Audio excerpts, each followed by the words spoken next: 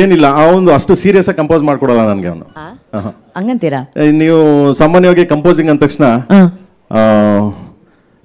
ಈಗ ಹಂಸಲೇಖ ಅವ್ರು ನೋಡಿದಿರಿ, ಇಸ್ ಲೆಜೆಂಡ್ರಿ. ಅವ್ರೇನ್ ಮಾಡ್ಬಿಡ್ತಾರೆ, ಬೆಳಿಗ್ಗೆ 6 ಗಂಟೆಗೆ ಕರೀತಾರೆ, ಲೈಕ್ ಬಾರೋ ನಮ್ಗೆ ಕೂರಿಸ್ಬಿಟ್ಟು ಒಂದು ಸಾಲ ಹಾಕೊಂಡು ಪಕ್ಕದಲ್ಲಿ ಮಹಾಭಾರತ ರಾಮಾಯಣ ಒಂದು ಹಾರ್ಮೋನಿಯಂ ಇಟ್ಕೊಂಡು, ಇಳಿಯರಾಜು ಸರ್ ಹಂಗೇನೆ.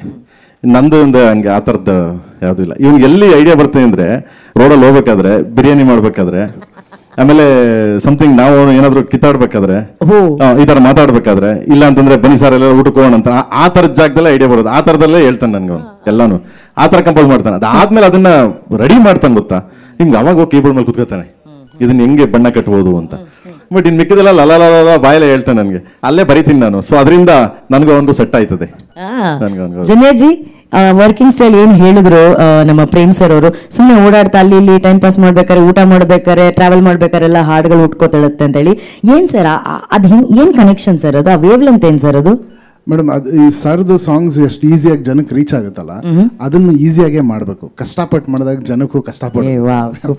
ಸೊ ನಾವು ಮಾತಾಡ್ಕೊಂಡೆ ಅದು ಯಾವತ್ತು ನಾವು ಕಷ್ಟಪಟ್ಟು ಏನಾದರೂ ಒಂದು 10-15 ನಿಮಿಷದ ಮೇಲೆ ಕಂಪೋಸಿಂಗ್ ಮಾಡಿದ್ರೆ ಆ ಸಾಂಗ್ ನಾವು ಓಕೆನೇ ಮಾಡಲ್ಲ, ಅದು ಓಕೆ ಆಗಲ್ಲ, ತುಂಬ ಫೋರ್ಸ್ಫುಲ್ ಆಗಿರುತ್ತೆ.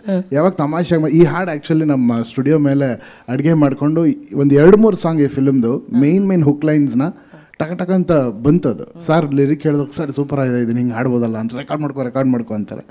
ಆಮೇಲೆ ತುಂಬ ಒಂದು ತಿಂಗಳು ಗ್ಯಾಪ್ ಆದಮೇಲೆ, ಸರ್ ಅವತ್ತೊಂದು ರೆಕಾರ್ಡ್ ಮಾಡಿದ್ವಿ ನೋಡಿ ಅಂತ ತೆಗೆದು ಕೇಳಿ, ಚೆನ್ನಾಗಿದೆ ಕಣ, ಇದಕ್ಕೆ ಪಲ್ಲವಿ ಅದೆಲ್ಲ ಮಾಡೋಣ ಅಂತ will sit and work on it. ಆಮೇಲೆ ಅರೇಂಜ್ಮೆಂಟು ಇದೆಲ್ಲ ಮಾಡೋಕ್ಕೆ ತುಂಬ ಟೈಮ್.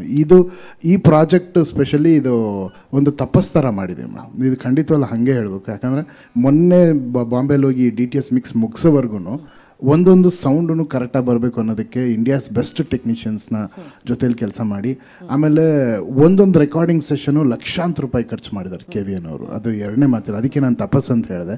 ಯಾರೂ ಹಿಂದೆ ತಿರುಗಿ ನೋಡಲೇ ಇಲ್ಲ. ಈ ಹಾಡುಗಳು ಹಿಂಗೆ ಬರಬೇಕಂದ್ರೆ ಹಾಗೆ ಬರಬೇಕು. ಆಮೇಲೆ ಮೀಕಾ ಸಿಂಗ್ ಅವರು, they are all very costly, ತುಂಬ ಕಾಸ್ಟ್ಲಿ ಸಿಂಗರ್ಸು. ಎಲ್ಲ ಲ್ಯಾಂಗ್ವೇಜಲ್ಲೂ ಅವರನ್ನು ಹಾಡ್ಸೋದಾಗಲಿ, ಅದೆಲ್ಲ ಒಂದು ಲ್ಯಾಂಗ್ವೇಜಲ್ಲಿ ಹಾಡ್ಸೋದೇ ಭಾಳ ಕಷ್ಟ. ಬಟ್ KVN ಪ್ರೊಡಕ್ಷನ್ ಇದೆಯಲ್ಲ, ಅದಕ್ಕೆ ಹ್ಯಾಟ್ಸ್ ಆಫ್ ಅಂತ ಹೇಳಬೇಕು.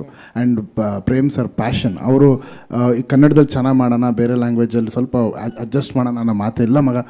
ಕನ್ನಡಕ್ಕೆ ಎಷ್ಟಿದೆ ಅದಕ್ಕಿಂತ ಡಬಲ್ ಬೇರೆ ಲ್ಯಾಂಗ್ವೇಜಲ್ಲಿ ನಾವು ಮಾಡಬೇಕು, ಅಲ್ಲಿ ನಮ್ಮ ಹಾಡು ನುಗ್ಗಬೇಕು ಅನ್ನೋದು ಅವರೊಂದು ಇದು.